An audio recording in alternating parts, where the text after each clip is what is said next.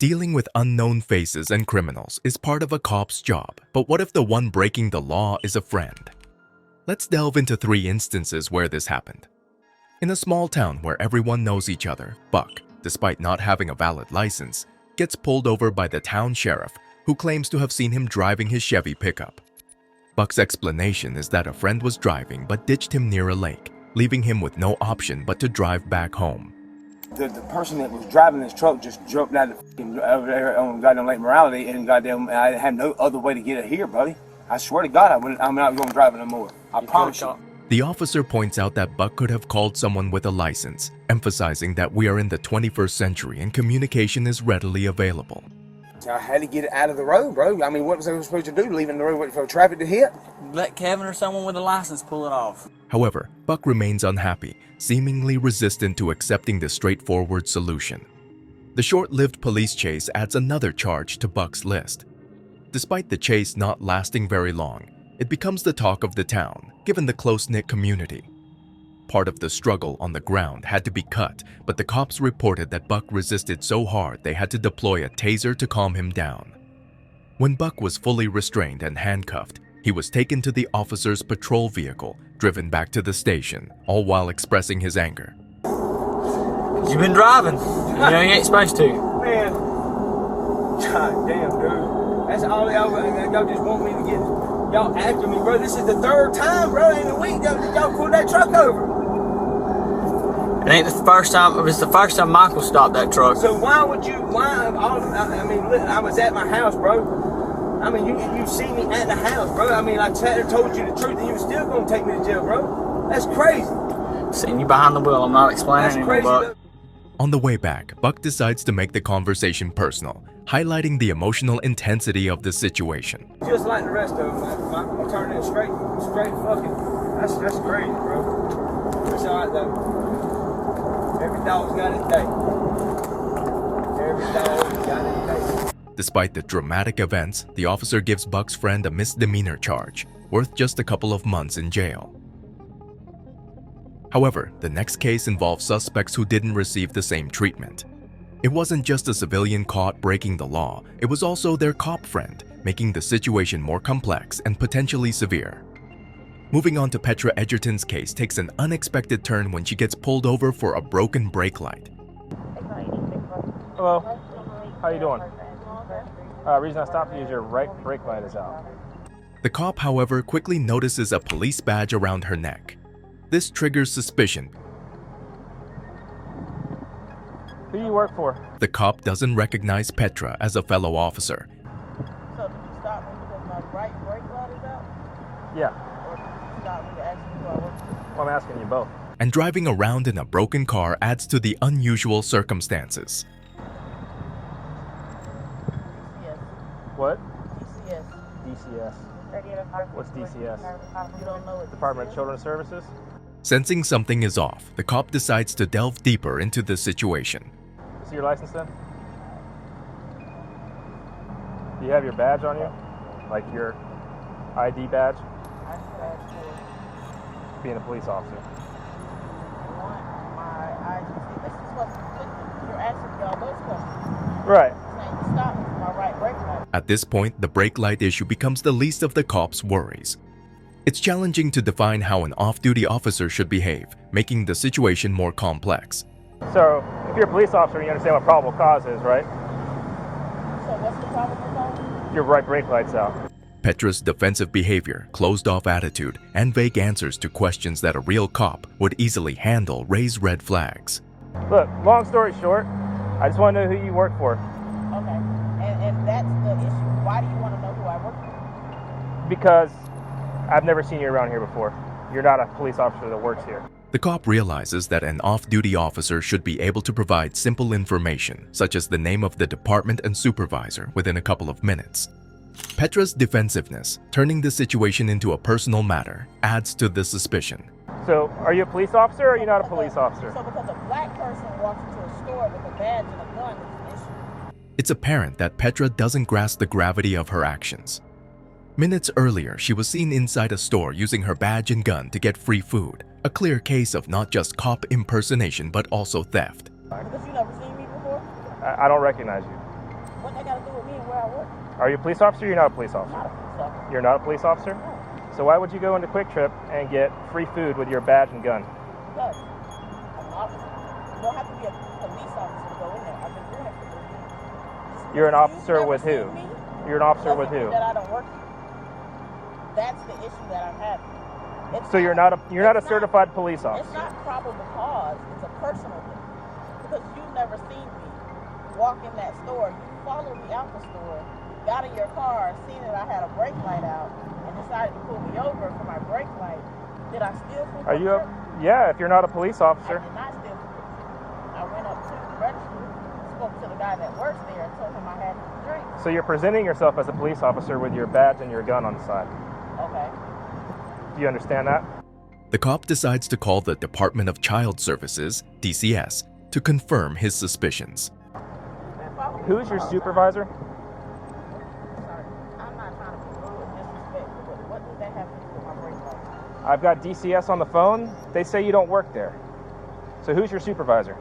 Instantly, it becomes clear that Petra is not who she claims to be. Realizing the suspect has some knowledge of policing, she remains silent. The cop shifts attention to the passenger, who, up to this point, has stayed silent. When asked for her ID, the passenger's response surprises the cop. I have one of your employees here, Brandy Green.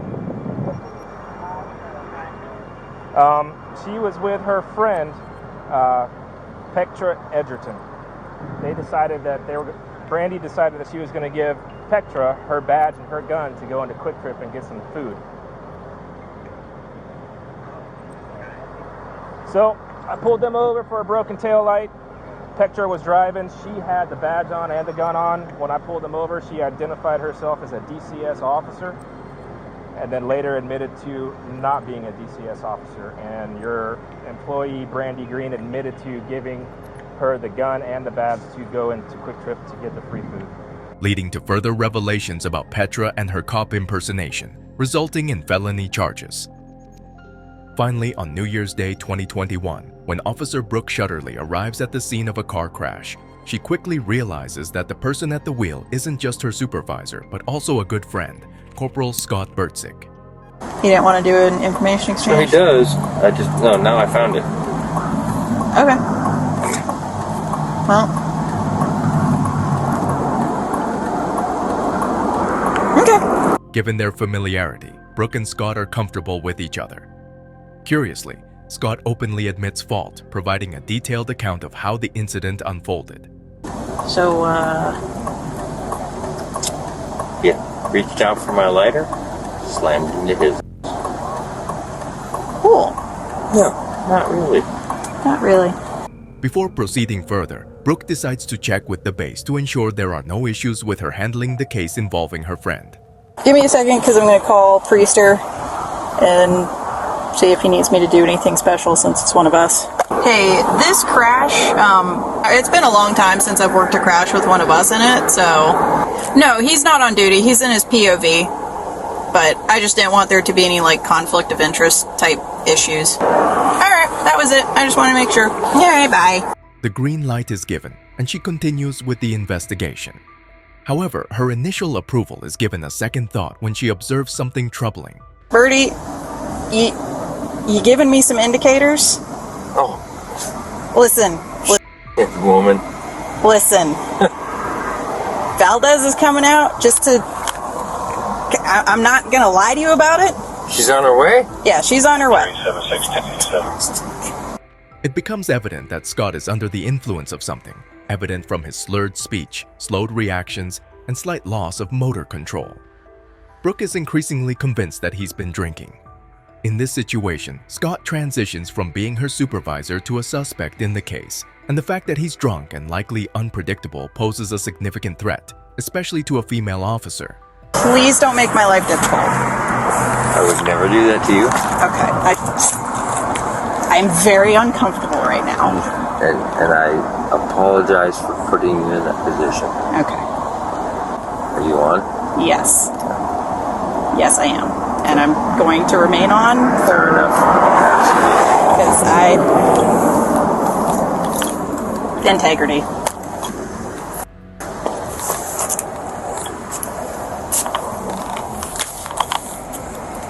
Another officer arrives at the scene, and the investigation moves forward with sobriety tests lasting over 10 minutes. You may begin the test.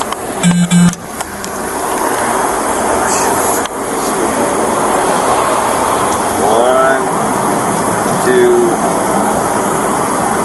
three, four, 5, 6, 7, 8, 9.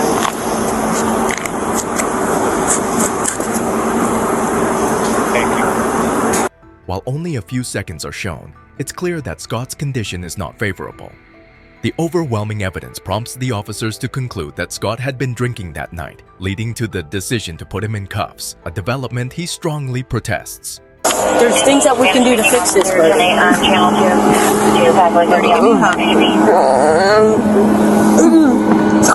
It is for my kids, my family, everything. Despite Scott's typically polite and respectful demeanor, he faces a severe sentence compared to most criminal cops. With a blood alcohol level of 0.156, he is charged with driving under the influence and damaging property. The penalty includes fines, community service, substance abuse, and DUI classes, a 6-month suspension of his driver's license, a lawsuit from the other driver with a settled cash agreement, a week-long suspension without pay, and a last chance agreement, implying one more mistake would result in termination. These cases underscore the fact that even cops can sometimes overlook the rules, creating unexpected and challenging situations for both officers and their friends. The human element in law enforcement, with all its imperfections, is a crucial aspect to consider when evaluating the challenges faced by those tasked with upholding the law. FBI agents wield considerable authority, often surpassing that of regular police officers.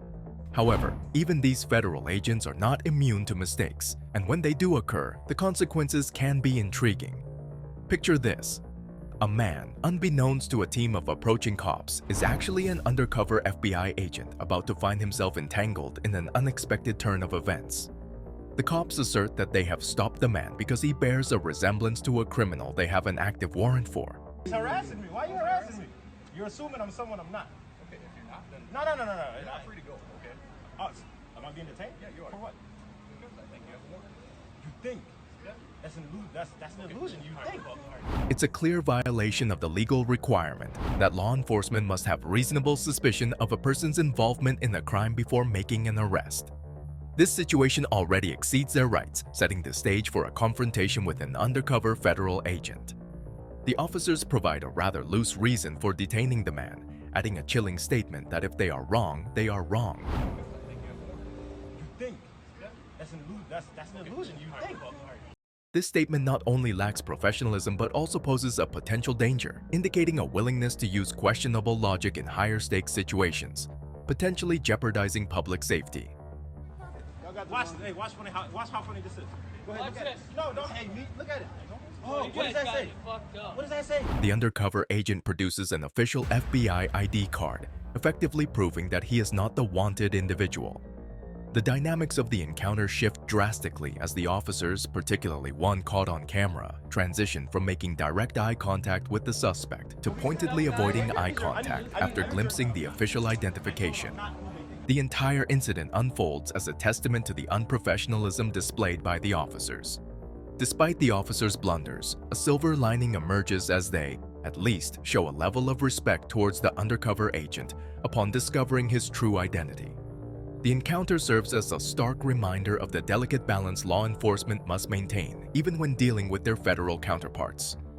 Agent Burke's encounter with local police took a distressing turn, culminating in a lawsuit against the very officers tasked with upholding the law. Dispatched to confiscate an illegally acquired firearm from a residence, Burke faced a series of unfortunate events that would lead to legal action.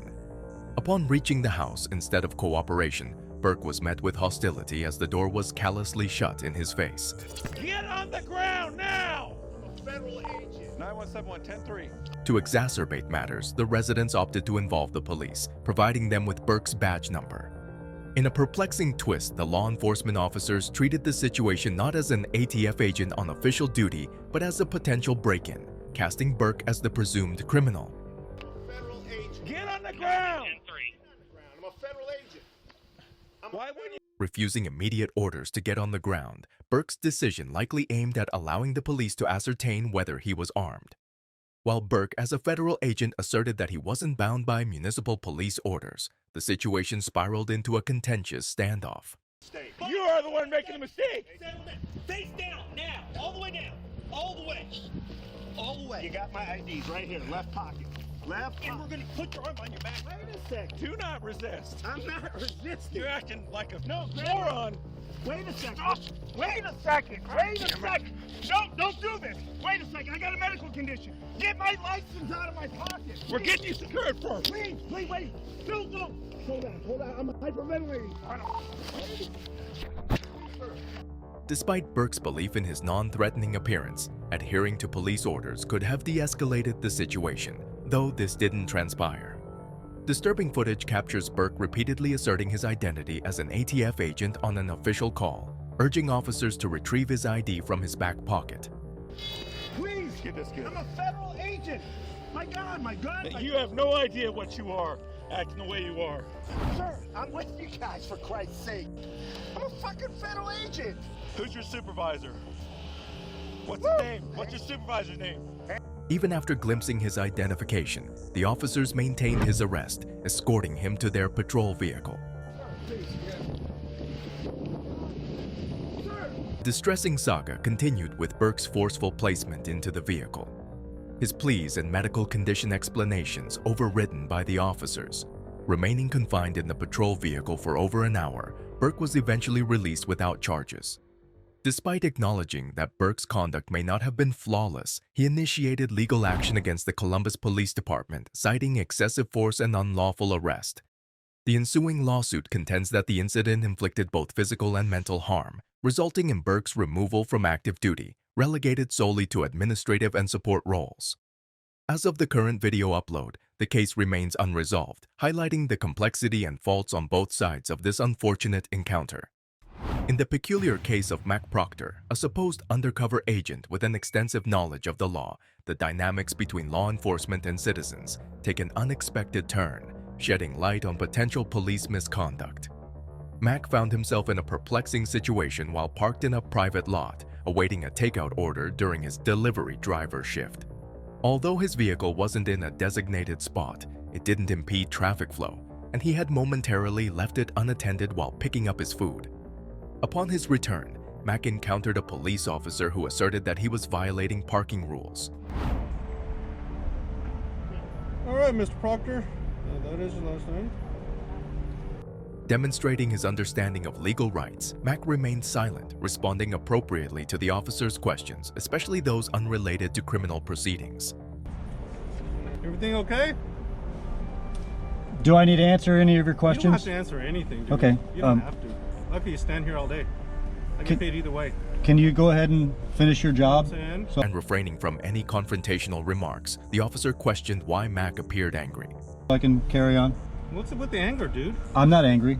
You're not angry? You always talk to everybody like that? I'm not angry. Oh, okay. I just want you to go ahead and wrap things up, please. Oh, okay. This incident raises the possibility that some officers may be accustomed to a command and control approach during interactions, and Mac's exercise of his rights might have caught the officer off guard. Do you understand? Am I being detained? Yes, you are. Okay. All right. The officer informed Mac of his detainment for a parking violation, threatening a citation. However, the grounds for such an action were ambiguous, as Mac had not committed any apparent local, state, or federal violations. This situation becomes even more perplexing when considering that if the officer had observed Mac's vehicle obstructing traffic, a simple request to move it would have sufficed, avoiding unnecessary complications. A long time ago. What do I need to do for you to hand me my documents so I can leave? I'll give it to you right now. I just want to know that, that you're okay, because usually I don't get people all... What do I need to do for you to hand me my documents so I can be on my way? You're okay. I don't need to answer any of your questions. There we go again. Jesus Christ. The officer's decision to detain Mac prevented him from promptly rectifying the alleged parking violation. Curiously, the interaction unfolded despite there being no clear basis for such intervention. The officer's surprise at Mac's assertiveness and the subsequent detainment raised questions about the nature of the encounter. In an unexpected twist, it was later discovered that Mac wasn't an actual federal agent or officer. Nevertheless, his knowledge of the law allowed him to navigate the situation successfully, emphasizing the importance of understanding one's rights in encounters with law enforcement. This case serves as a reminder of the complexities and potential pitfalls in interactions between citizens and those entrusted with upholding the law. When it comes to encounters between criminals and the police, there are various ways suspects may try to escape, including using violent methods. However, some resort to more unconventional approaches, attempting to seduce and flirt with officers to avoid facing legal consequences. Let's delve into some detailed incidents where individuals tried these tactics. In the early morning hours of the 30th of October, a Florida police officer had an unexpected encounter with Naomi Furrer. The cop observed Naomi's vehicle at a red light, behaving suspiciously as it nearly crossed the stop line, with expired plates adding to the officer's concerns. Okay, the tags on the car expired back in March. Yes, sir. Or April, I'm sorry. And your license is suspended. Yes, sir. Deciding to pull her over, the cop noticed Naomi's strange driving behavior, making him increasingly suspicious. Upon approaching her, the cop discovered she had just come from a Halloween party and brandished a wristband from a local bar. So where's the club wristband from? Pardon? Where's the club wristband Oh, from? that was from the other night. That was from like Friday, I think, or something. Convinced she might be over the legal alcohol limit, the cop requested Naomi to step out for sobriety tests. Okay. So just take like 4 or 5 steps back. Yep. You're going to take 9 heel-to-toe steps down the fog line. 1, 2, 3, 4, 5, 6, 7, 8, 9. 1. As the interaction progressed, it became apparent to the officer that Naomi's condition was not merely due to Halloween festivities. Despite her attempts to explain, the cop firmly believed she was well beyond the legal limit. Resolute in his decision, he placed her in cuffs. Do me a favor, put your hands behind your back. Put your palms together like you're praying. You're under arrest for DUI. Okay? DUI. Okay. Please, sir, I can't have a DUI. Please. Okay. I'll do everything. I promise. Sir, I'm from Switzerland. I can't have a DUI, please. I don't want to get out of I don't want to get kicked out Wait of the until US. I have a white female temperature. I understand. I won't do that until, please, sir. You are going to jail for DUI. Please, sir, please. It's out of my hands. I wish I'll pick myself up, please, sir. I don't want to go out of the US, please. Please, sir, it's going to ruin my whole life. A DUI does not mean that you're going to up and be deported. Naomi, sensing the severity of her situation, shifted tactics from begging to a more unconventional strategy. I'll take everything off. I don't want you to take everything off. She attempted to seduce the officers. Undeterred, the officers resisted her advances and covered her with a hoodie before transporting her to jail. A subsequent search of Naomi's vehicle uncovered 2 containers of whiskey and a beer. However, at the time of the video's upload, the case remained ongoing, with no charges filed against Naomi. Notably, Naomi's attempt at flirting did not sway the officers. Now, on to Brooke Teague, whose encounter took an unexpected turn. Pulled over for swerving, Brooke and the officer hit it off surprisingly well. You're making me giggle. It makes me giggle too. Sorry. Huntsville? We're supposed to be professional. Everybody, let's get it together. All right, stop laughing because you're making me laugh. I'm not. Right? Seriously. I'm giggling. You're smiling. I can't help it. All right, stop. There are even rumors that they might still be together. In the first minute of conversation, 2 things become clear. Brooke has definitely had more than 1 beer to drink, and the chemistry with the officer is quite apparent. You want to move your hair a little bit for me? Appreciate it. These points continue to unfold as the footage progresses. Brooke is taken out for sobriety tests, which end up taking much longer than anticipated. You're making me giggle. I'm sorry. It makes me giggle too. It's okay. Okay.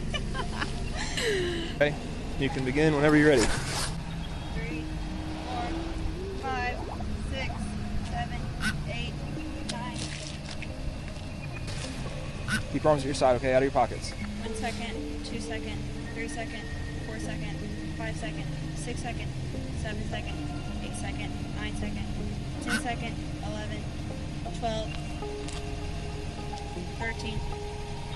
Despite all the jokes, Brooke fails the sobriety tests and is placed under arrest.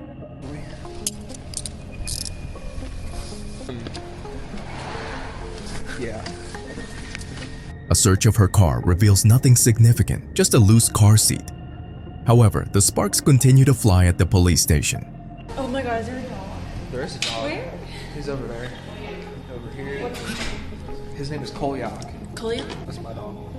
No, that's my dog. Is that your dog? What's his name? His name is Coach. I go to high school. What? I go to high school. Despite the obvious chemistry, both Brooke and the officer remain professional, moving on with the investigation. The officer has Brooke take a blood alcohol test, revealing a 14% level. A notable number, but about to be overshadowed by the next girl, extremely intoxicated and acting inappropriately with the cops. Let's delve into the story of a 19-year-old girl. Officers observe her weaving between lanes and discarding unknown items out of the window, prompting them to pull her over for a conversation. She identifies herself as a stripper from a bar called Dancers, claiming to be texting her boyfriend or a friend at home with her kids. However, the officers notice something peculiar about her demeanor. Upon closer inspection, her speech is slightly slurred and her eyes appear glazed over. Did you have anything to drink? No, I'm 19. You're 19? I cannot drink at the strip club, nothing. Nothing? No. Are you sure? There's a strong suspicion that this girl has consumed alcohol.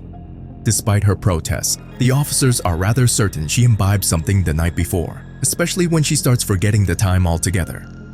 What time did you get off at Dancers? 11. 11? It's an hour and a half away. You got off at 11? It's 10:23 right now. Really? Oh.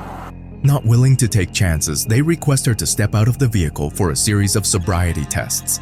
Are you comfortable doing these sobriety exercises with us? Yeah, I don't care. Okay. Just step out. We'll do it right in this parking lot over here. You gotta make sure that you're safe out there. Despite her initial enthusiasm, she doesn't precisely pass with flying colors. Feet together, arms by your side. You're not gonna start until I tell you to do so, so don't do anything except you gotta look at your foot. I get what? You gotta look at your foot, hands by your side. Look at my foot and count. Yes. 13, 14, bro, come on. 1015, 1016, 1017, 1018, 1019, 20, 1021. Bro, come on. This is ridiculous. Okay, you can stop. After losing her balance on the final test, the officers decide it's time for an arrest. Really? But hold on, the story doesn't end there. On the way back to the patrol vehicle, she mentions that there are weapons in her car. You tell them the firearm is in the center console? Suddenly, her behavior takes a drastic turn. While the officers assert they can conduct a search, they decide to inspect her vehicle. To their surprise, multiple guns and a sizable stack of cash are uncovered. Although it's deemed the cash is likely just tips from the bar, the situation takes a serious turn. However, despite the intriguing twist, she's not off the hook. She gets charged with DUI and slapped with a 9-month probation sentence. The catch? She's underage, making it tricky for the cops to precisely gauge whether she was intoxicated or not. The complexities of this case leave both officers and onlookers puzzled. This next individual, however, didn't handle the situation with the same level of composure. Instead, she resorted to manipulation, attempting to deceive the cop into letting her go. From the start, it's evident that this girl is not having the best night. Girls that I thought that were my friends are not my friends. I'm sorry to hear that. Where are you coming from? Driving 25 miles per hour over the speed limit on a residential road raises eyebrows, and her connection to a place called Knockouts, a gentleman's club, adds another layer of suspicion, especially considering her sparkly outfit and erratic driving. The girl appears distressed, citing a disagreement with her friends back at the bar. The officer remains skeptical, aware of suspects feigning sadness during traffic stops to elicit sympathy and secure a lenient outcome.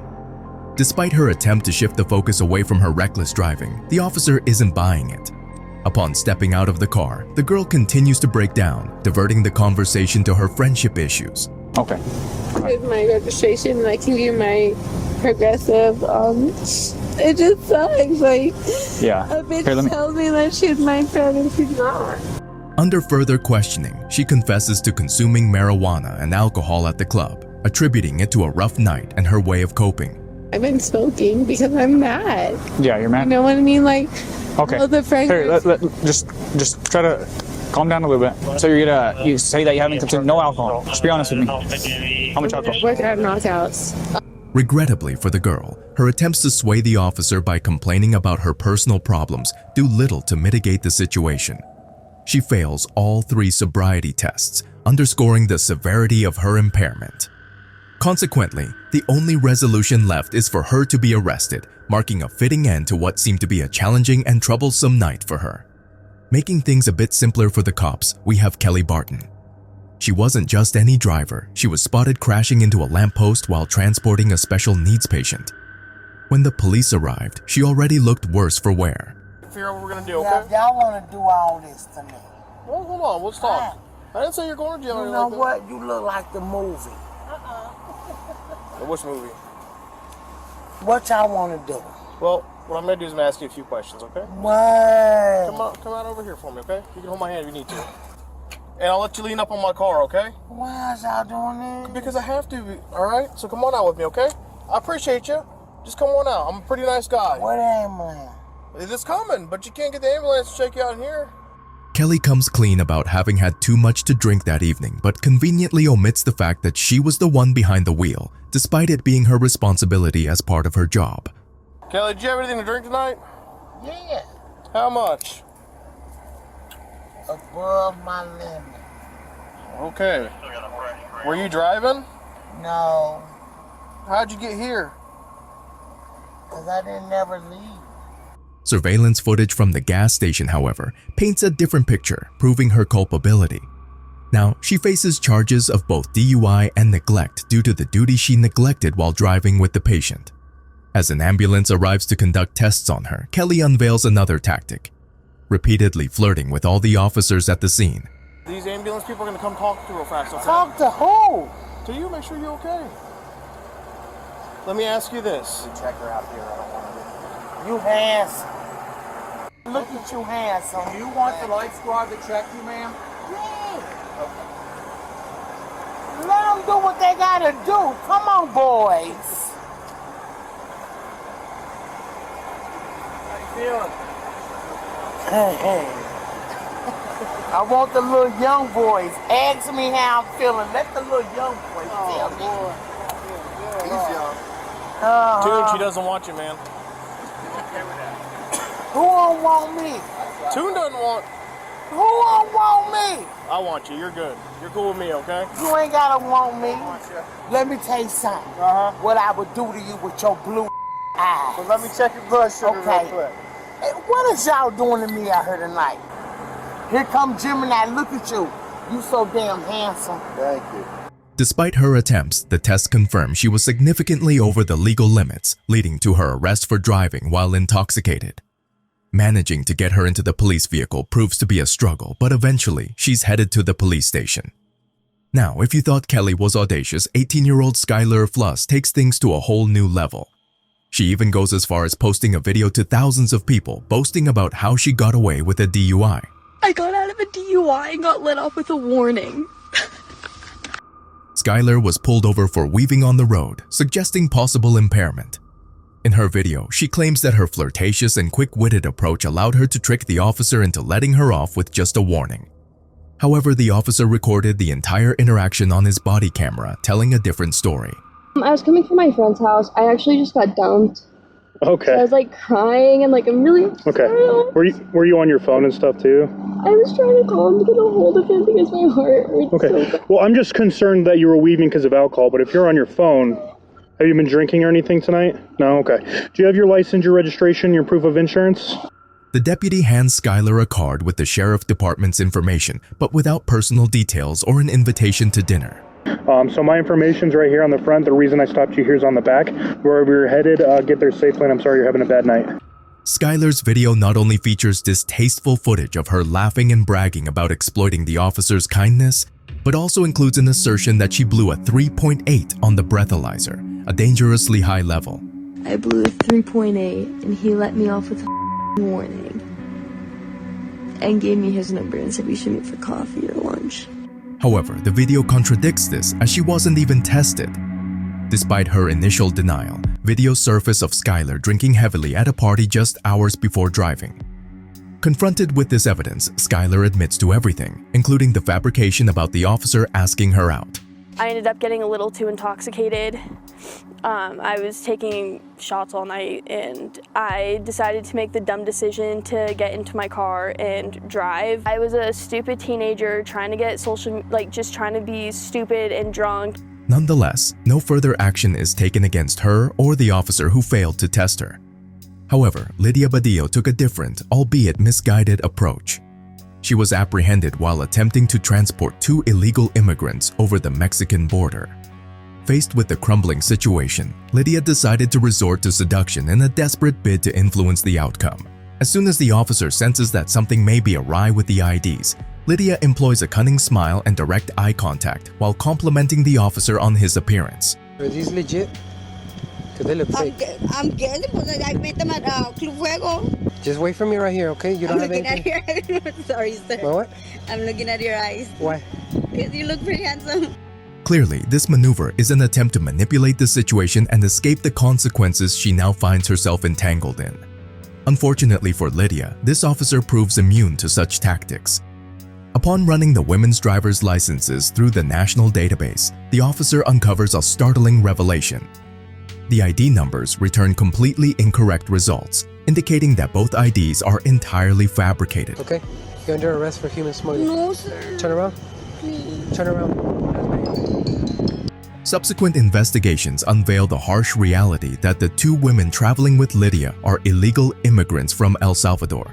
What's even more troubling is that they were being transported through a service known for subjecting women to debt bondage, a harrowing predicament where they are forced into labor and sex work to repay their debts. Although Lydia was arrested and the 2 women were sent back over the border, potentially sparing them from enduring years of torment, one thing is crystal clear. Lydia's attempt at using flirtation as a means of diversion proved utterly ineffective in swaying the course of justice. However, the story takes a different turn with the next girl, whose bubbly and flirtatious demeanor manages to crack a smile on the officer's face throughout the entire encounter. It all unfolds on January 5th, 2022, when officers respond to a car accident. A witness provides valuable information, suggesting that the driver lost control of the vehicle, fortunately avoiding harm to others. Was she in the wrong lane? No, she was on that side. See, I was coming this way right before the curve, and she blowed around me. Blowed around another car to make the curve. To get the full picture, the officers need to engage with the driver. Upon reaching the scene, it becomes evident that the driver is cooperative, honest, and willingly complies with the cop's request to undergo a field sobriety test. Unfortunately, the sobriety test quickly exposes the harsh reality. For me, okay? You're being placed under arrest for DUI. Despite her friendly facade, this driver is a potential threat, endangering many lives. The cop, recognizing the severity of the situation, places the girl in the back of his patrol car, reading her rights. I'm so sorry. I'm so sorry. God. However, her strategy unfolds at the station as the seduction tactics persist. I'm too cute for prison. I remember you. You would come up to the Alcatillo with your face mask and be like, "That man is so fine." Yeah. And then, like, respectfully though. Oh yeah. Even during the wait for her medical examination, she can't resist trying to flirt with the officers, likely aiming to secure a more lenient sentence. Her face mask on, but I was like, "That man is so fine." Fortunately, the officers stand firm, and her attempts at seduction don't sway the charges leveled against her. I just want to say hi. because you're so cute, sir. In the end, a DUI sentence might not seem that significant, especially when compared to what Amelia Bassoon was desperately trying to evade, a murder charge. Amelia found herself entangled in the murders of Cindy and Sean Stack, suspected of aiding her husband in covering up the heinous crime. Determined to escape the consequences, she employed every tactic, including attempting to flirt with the detectives assigned to her case. However, what started as a seemingly playful interaction quickly transformed into one of the most intense interrogations ever conducted. Queens. Mets? Yankees. Yankees? In Queen? Yeah, I know. I grew up in New Jersey. Okay, so you're a Mets fan. Well, we don't have any of our own teams. We got a copy off of New York. But I wasn't really a baseball fan, but I go with Yankees though too. Jets. The detective kicks off the interrogation by reading Amelia her rights and gathering basic information. You have the right to talk to a lawyer before and during questioning. Do you understand? Yes, sir. Okay. Already, subtle changes in her demeanor become apparent. A high-pitched voice, a timid tone. Whether a ploy or a genuine reaction to the stressful circumstances, it's hard to decipher. So, how long have you lived at that house over there? We moved in June, either June or July. We just purchased that home. Okay. It's a big home. Yeah, we just moved here from New York. Oh, really? As the interrogation progresses, Amelia starts displaying flirtatious signs, subtly exposing her vulnerability, perhaps seeking empathy. During the session, Amelia deliberately moves her hair to one side, revealing her neck, a vulnerable part of the body that people often protect. Despite the dark story of Cindy and Sean's demise, it all began with an equally despicable crime. Amelia, working at Chase Bank, exploited her position to embezzle $50,000 from a dementia-ridden man. Any issues while you're working at Chase? No. I got a write-up recently. You did? Yeah. What happened? I issued 2 checks for a customer, and I got a write-up for that because they weren't in the branch. Okay. As the detective presses for details, Amelia's body language betrays her discomfort. Amelia, I can tell you the reason why we're here today is because of that issue with the bank. Okay. All right. Does that surprise you? For this type of situation, yeah. What was the name of the customer? Gerald. Okay. Mr. Gerald You know his last name? Stack, I think. Okay. How long did you know him? Oh, wow, yeah. Since I moved here, actually. Raised shoulders, a slight hunch, crossed arms, all clear indicators of unease. Her attempts to appear open and honest give way to visible signs of distress, especially when questioned about Gerald's banking records. Had you been a banker for him for a while? I mean... Yeah, so I've been his banker since I moved here. Did you... Okay. Since we moved here. So what happened with these checks? The detective, keenly observing her demeanor, decides to intensify the pressure, bringing up her son, an emotional trigger. You have a 7-year-old son, is that right? Yes, sir. Okay. Let me explain something to you, Amelia. Okay. All right?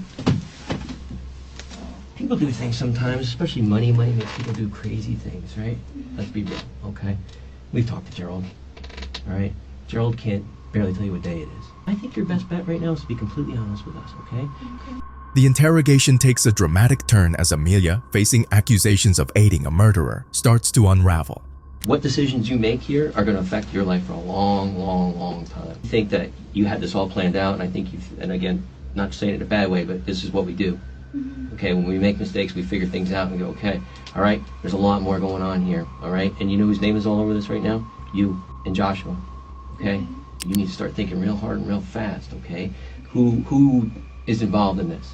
Fear creeps in as she contemplates the potential loss of her job, home, and custody of her 7-year-old son. Things got out of hand, okay? This got out of hand. I think what happened was Cindy was asking you for this money back and you didn't have it, and there's some issues there, okay? And things get out of hand. Despite her assertions of innocence, the detectives persist, capitalizing on her vulnerable state to extract information. That's why once Well, I no, said the this is, money hey, this needs is, to this, get- no, listen to me for a second. This is reality now, okay? All right? Yeah. You have a 7-year-old son. You have an obligation to him. Amelia, scared and cornered, clings to her claim of telling the truth. No, I don't know anything about guns at all. Where did you go to get it? I don't know. But I know he got one. We got into a huge fight about it. The detectives, realizing the need for a fresh approach, leave the room momentarily.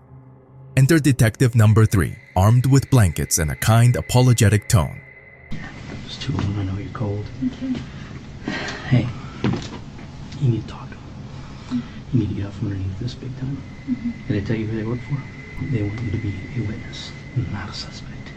This change in demeanor aims to set Amelia at ease and subtly suggests he isn't a threat.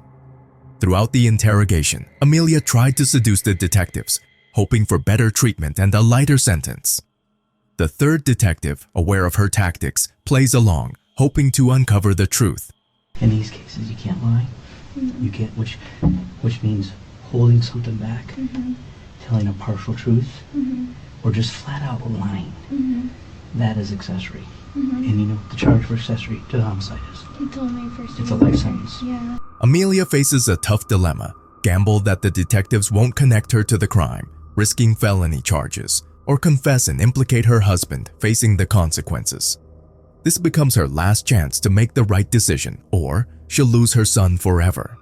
Well, it's about this whole check situation. Well, we're not talking about the check situation. Talking about the homicide part. What do you know? My husband called these people. He pretended he was somebody else. He got their address and he went over there. I didn't know. What did he tell you?